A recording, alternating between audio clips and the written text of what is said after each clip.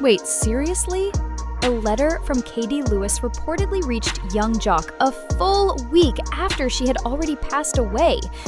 Sounds unreal, right? But this isn't some made-up TV drama. It's a real situation that has people talking. Just when everyone thought their story was finally over, this letter popped up, full of feelings, old wounds, and things left unsaid. Some are even calling it a message from the afterlife, and it's got fans in disbelief. You probably remember when Joc was seen crying at Katie's funeral. Those tears went viral. And now, this emotional letter shows up, supposedly straight from the woman he once betrayed. This doesn't feel like romance. It feels more like unfinished pain catching up with him. People are confused. Was the letter real? A twisted joke? Or maybe Katie's final attempt to get the last word? Whatever it was, it hit hard. And whether Joc ever actually read it or not, it's something that's not easy to forget. What started as gossip has taken a strange turn. This isn't just drama anymore. It's taken on a life of its own. Now, Katie and Joc's story feels more like something out of a haunting tale. And just when you thought their chapter had ended, this moment brought it all rushing back. If you're not familiar with them, here's a quick breakdown. Katie Lewis became known for being bold and unapologetic on Love and Hip Hop Atlanta. She wasn't just another cast member. She stood out with her business mind, sharp comebacks, and refusal to take disrespect. From the moment she joined, she brought intensity, whether it was through loud arguments or emotional scenes that felt way too real. She didn't blend into the background. She owned her space. Then there's Young Joc, a rapper, entertainer, and at times a punchline online. Joc added his own kind of chaos to the mix. He had charm, sure, but also a long list of controversies.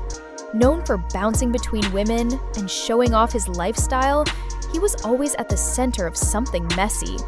His relationship with Katie was anything but calm. There were constant fights, cheating rumors, emotional breakdowns. It was all out in the open, broadcast for millions to see. Their relationship was never private. Every argument, every betrayal, every emotional moment played out on TV. When Joc casually joked about cheating, especially with his ex Cena, fans were shocked. Katie didn't let things slide. She went straight at him, expressing her pain and anger in ways that made it impossible to look away. It wasn't just entertaining, it was real, raw, and often uncomfortable to watch. And then, tragedy hit. Katie suddenly died, leaving fans heartbroken and stunned. People thought that was the end of her story with Joc.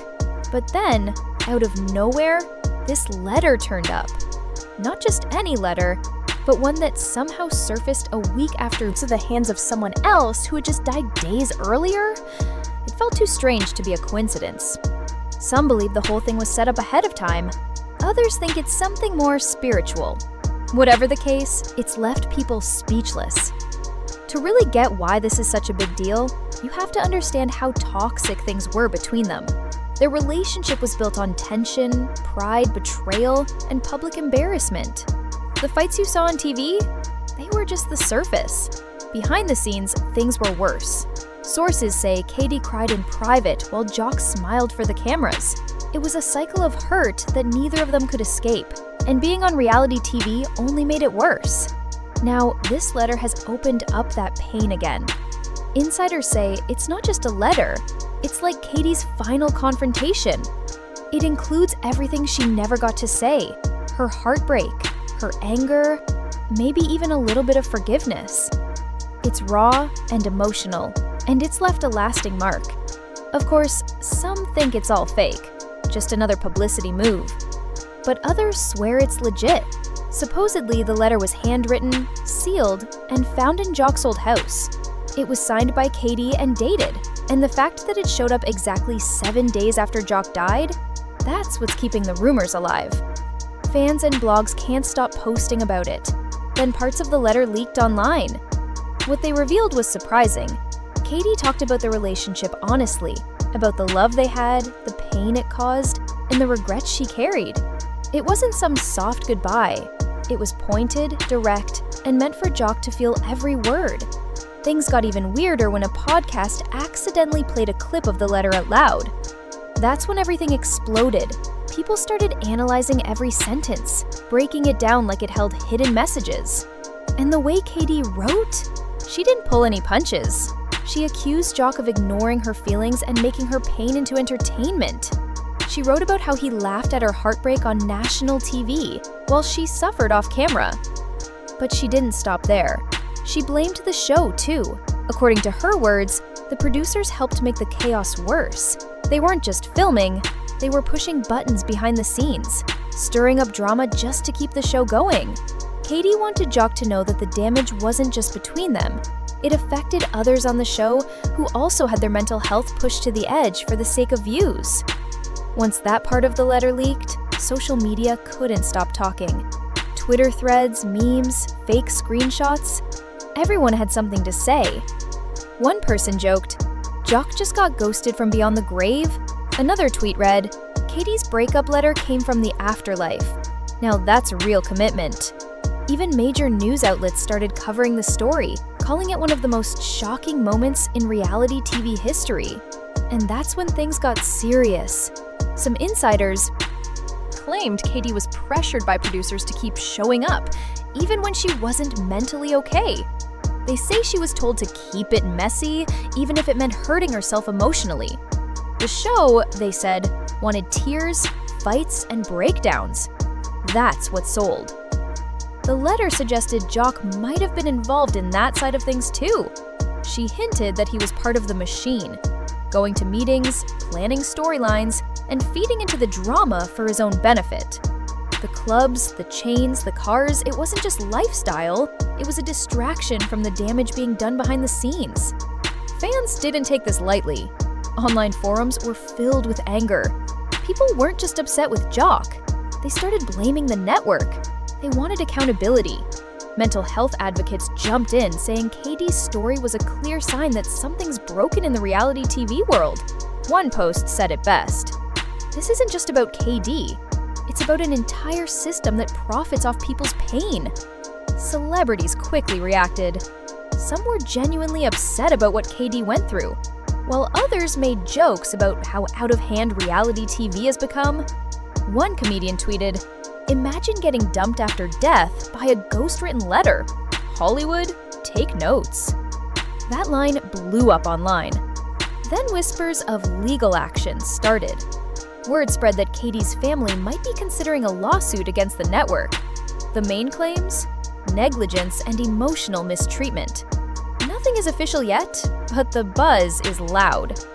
To make things more serious, some say lawmakers are even stepping in.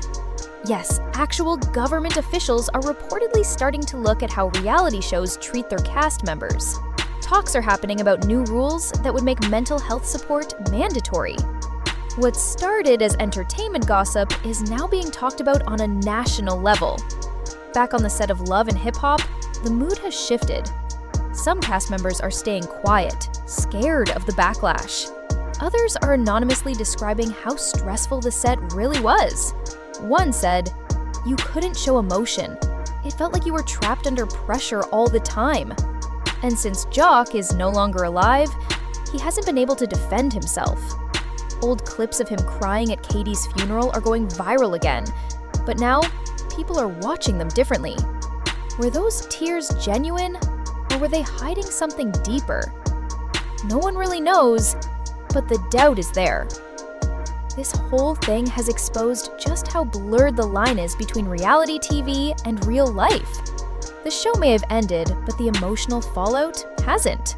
Katie's letter isn't just her final goodbye. It feels like a message calling out the system that pushed her too far. It reminds everyone that behind every dramatic scene is a real person with limits. Her final words might be the most honest thing that's ever come from a reality show. It's heartbreaking, but also eye-opening. It shows how chasing fame can break people silently while the world watches. That letter might be the wake-up call the industry needed, but this mess is far from done. What began as a strange letter has snowballed into something much bigger. Katie's family isn't backing down. Insiders claim they're seriously thinking about suing the show's producers. To them, that letter is proof. It shows Katie wasn't just another reality star dealing with drama. She was overwhelmed and ignored. One source said the family believes she was asking for help and nobody listened. To them, the letter isn't just emotional, it's evidence. If the lawsuit happens, it could change how reality shows work. Producers might finally be held responsible for the emotional damage caused. And it's not just the producers feeling the heat. Lawmakers are reportedly drafting ideas like required therapy, new contracts, and more behind-the-scenes oversight. All of this from one letter. And the heartbreaking story behind it? Imagine a reality TV world where people are actually supported, not pushed to the edge for ratings. It may sound far off, but the pressure to change is getting stronger. More people are speaking up. Love and Hip Hop itself is getting serious backlash. Former cast members are stepping forward, quietly, anonymously. They see emotional breakdowns were treated like gold. One person said if you weren't fighting or crying, producers didn't care. Mental health didn't matter. Only the drama did.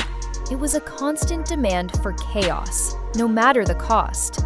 Joc, even after death, is still at the center of it all. That letter completely changed how people see him. He was once just seen as a flashy rapper, but now he's being looked at as someone who might have played a role in something darker. His funeral clips, shaking, crying, are being re-watched with suspicion. Some believe he was truly heartbroken. Others think the guilt came too late. Either way, public opinion